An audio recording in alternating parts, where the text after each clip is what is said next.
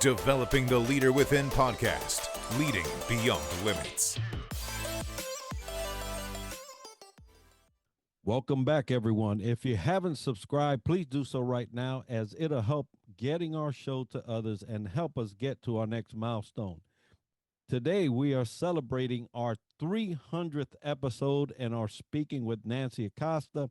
Nancy is the best-selling author of The Power of Words on the Human Soul, Harnessing the Healing Potential of Affirmations, and Latinas 100, Leaving Our Legacy and Inspiring the Next Generation.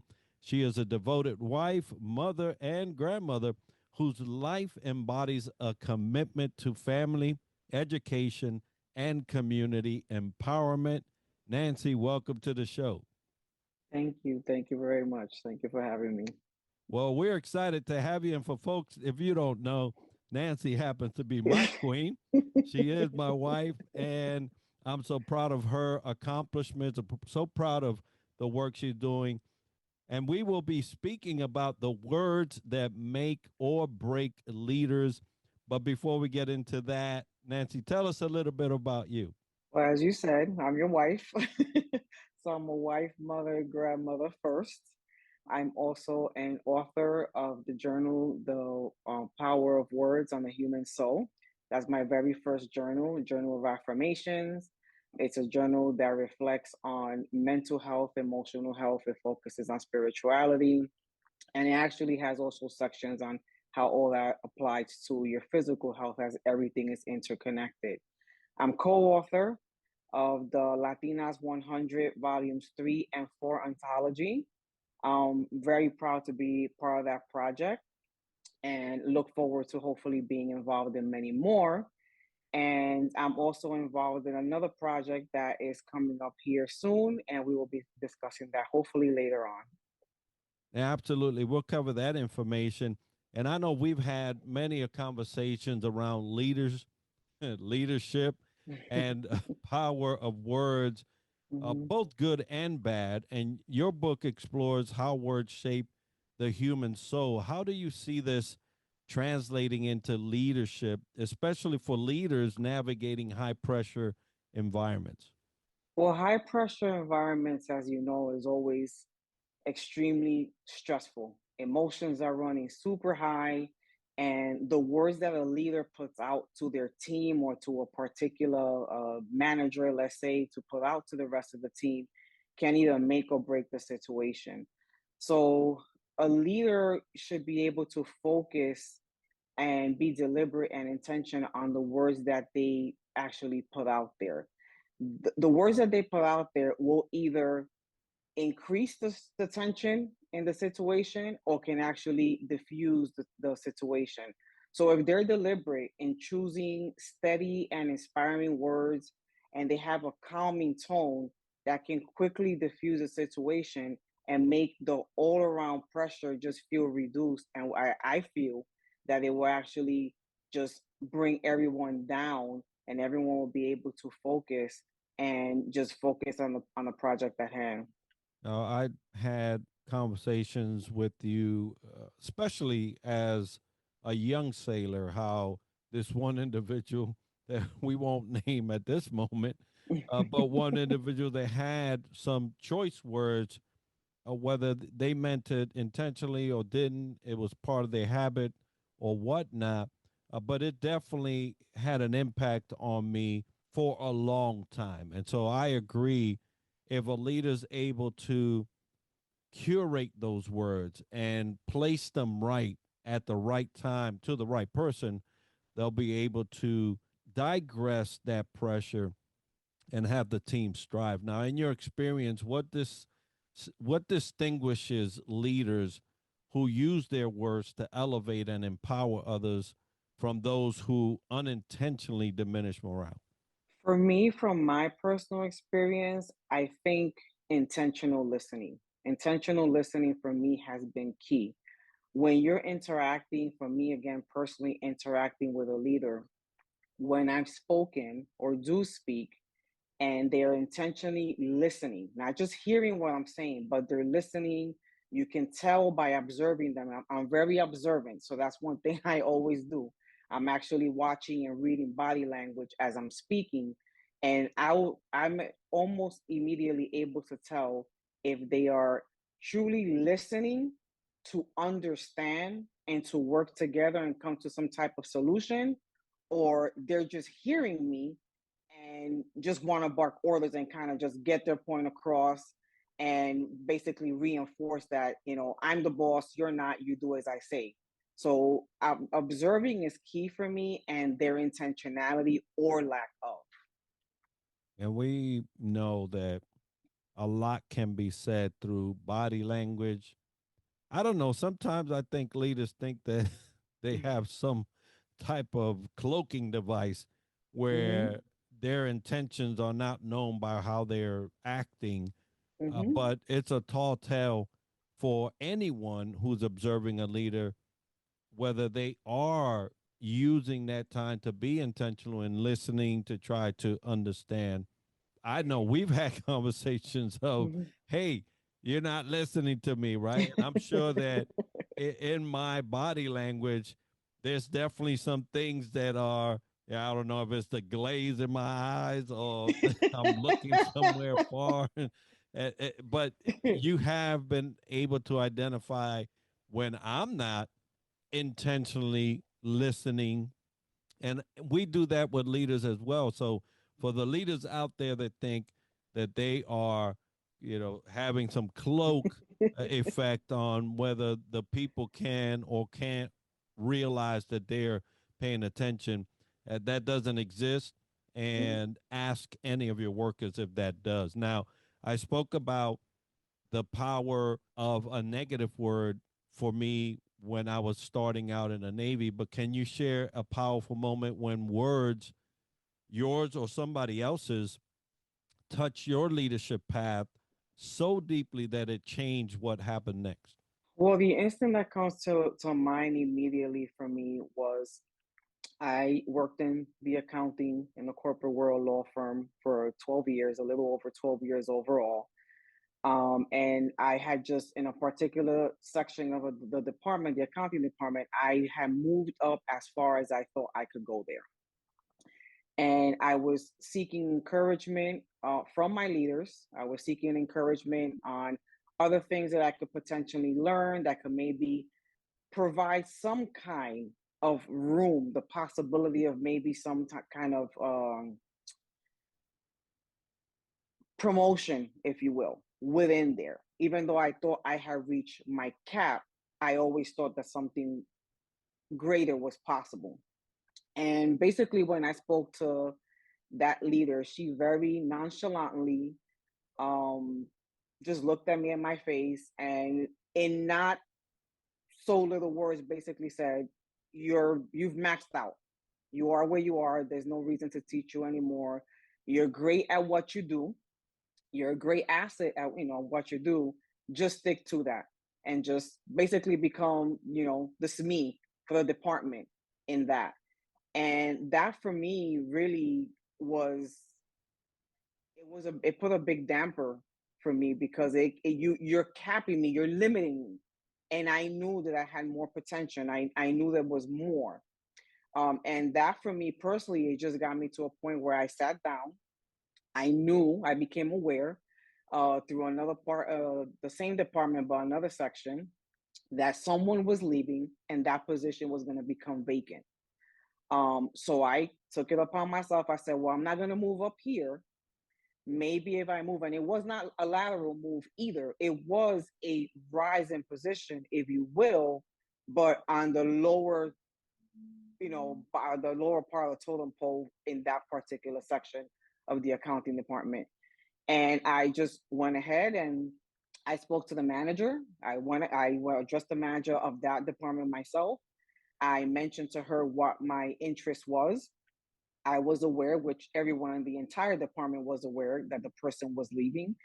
And usually, they start those processes internally. They rather interview internally. And basically, it gave me the boldness to say, hey, can you interview me first? Can I be the first one to apply for this position? She already knew my history as far as how well I worked with others, how I knew how it was great when it came to leading. And just if you put me in charge of something, I took it and I ran with it. And not only did I take it and would run with it, I actually would get that project to succeed. So she was more than happy, more than happy. I basically I could tell by her body language that I made things a whole lot easier.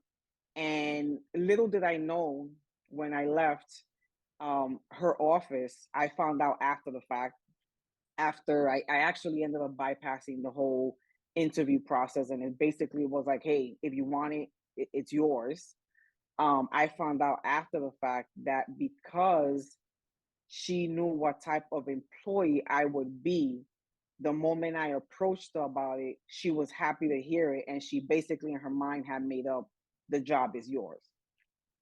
And so it kind of catapulted me to not allow that to keep me stagnant in one place, and just to kind of keep moving forward. And of course, the previous superior was not too happy about that. But I had an opportunity and I took it, and I try addressing it by being proactive in where I was. I actually want to be more productive and move up where I was. I truly had no intention of moving forward. But those words, those negative words, there was lack of encouragement. There was no encouragement, no support. I was basically told just stay stagnant, and that negativity just pushed me to, nope, this is not for me. I'm done here, and I need to move forward. Oh, well, good on you to identify that this leader had a cap themselves. Mm-hmm. For them to not allow you to seek greater responsibility and authority and whatnot was a signal that they lived a cap life, right? And Mm-hmm. and they weren't even interested in trying to see if you could be somewhere higher. They were satisfied where they were and asking you to be satisfied. So good on you to identify that. And folks, if you're listening, this is just one of the examples of you have to put the chips on you. You have to put your name in the basket, right? We Mm-hmm. do a lot of that for other people. Put your name in the basket, put your name in front of people, and hopefully your work speaks for itself as it did for Mm-hmm. you. And you could see a promotion even when a leader is unwilling to do that. Now, in these conversations, right, leaders have sometimes they have a struggle with balancing honesty and empathy. What guidance would you give leaders on choosing words that hold people accountable while still honoring their humanity?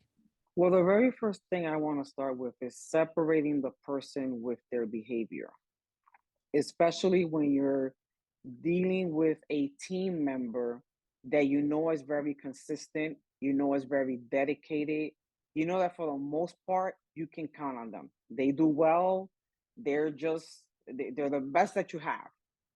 And when the situation presents itself, let's say for example they miss a deadline, that's where empathy is very important, and the words that you choose. Because I feel that a leader should stop and think, oh, this is unlike, if it happened, it's happened to me. This is unlike Nancy.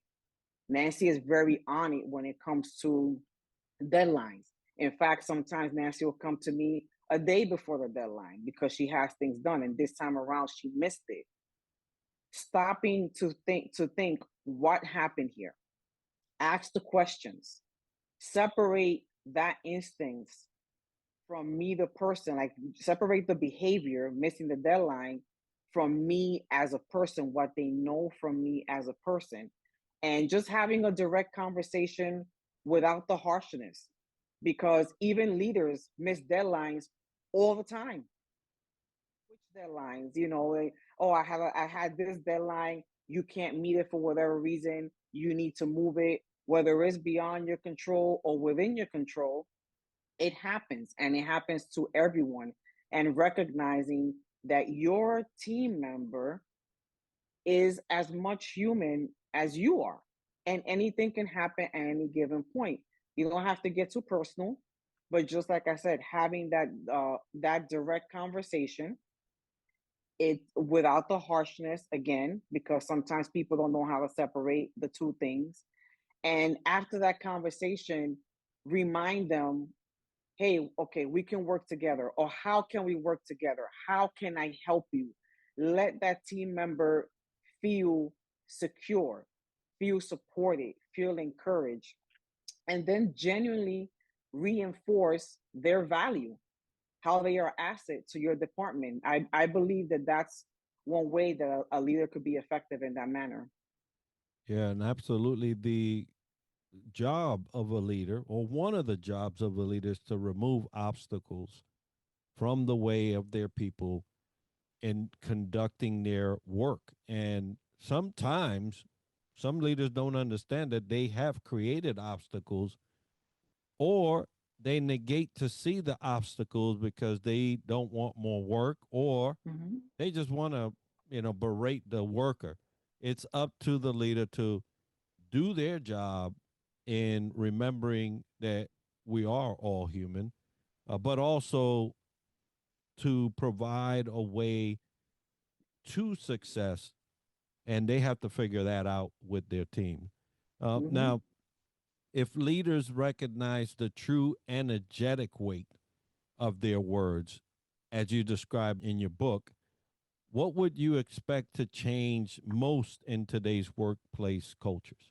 I think that morale would be elevated. I think there would be a level of openness and of respect, less reactive emotions. If a leader, because it all begins with the leader and trickles down from there, if a leader starts to have a deeper sense of self awareness, that they start realizing, stopping, and listening to themselves, like they should take a moment and truly listen to the words that they're putting out, and also stop and think, how would they feel if that, what they're projecting, if they were on the receiving end? How would they feel? What would they think? How would they react? And you have to, when you have that deeper sense of awareness, you're able to put yourself in the shoes of the team member that you're speaking with, and you're able to have a better understanding. And that's so powerful, and that's so needed.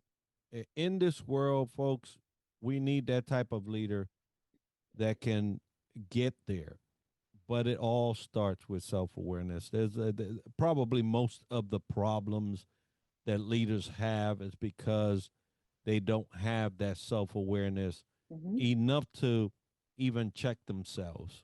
Mm-hmm. They're quick to try to correct a worker or a team member and have no regard to correcting themselves from the get go. So great comment there. And I agree that that would be what would most change in our workplace culture. Now, you mentioned earlier that you had a book project coming up. So, what do you have coming up, and where can the viewer or the listener follow or support you? Okay, so thank you for asking. So I'm part of a Leaders 100. So it's another anthology that's coming out. It should be released sometime this month, hopefully, and it is called Leaders 100: A Leadership Styles That Empower. A lot of leaders collaborate and just provide different leadership styles and their experiences and their guidance, and it's going to be a good collaboration. So that's something to look out for. And I'll be pushing information out on that as soon as we have more of a set date of when the release date will be. And as far as contacting me, I can be connected with, you can send me a direct message through LinkedIn, Nancy Acosta, or on Facebook. I also have an author page, it's author Nancy Acosta. And there I cover my journal. I'll be covering this and all the works that I'm involved with. Well, thank you for sharing that. I am so proud of you, and am Thank you. looking forward to that project releasing sometime in December. And we will Mhm. have those links as part of the show notes so you can get a hold of Nancy and follow her work. And we want to remind everybody that today's episode is sponsored by the Global Trends Magazine, the Outlier Project, Fantail Services, Ascend Meditations, and Chop AI. If you've enjoyed this episode and learned something interesting about the topic covered today, make sure to like, share, and subscribe, and let us know by leaving a comment. And tune in next week for another episode where we dissect leadership from another angle. And as we like to end the show, success to you.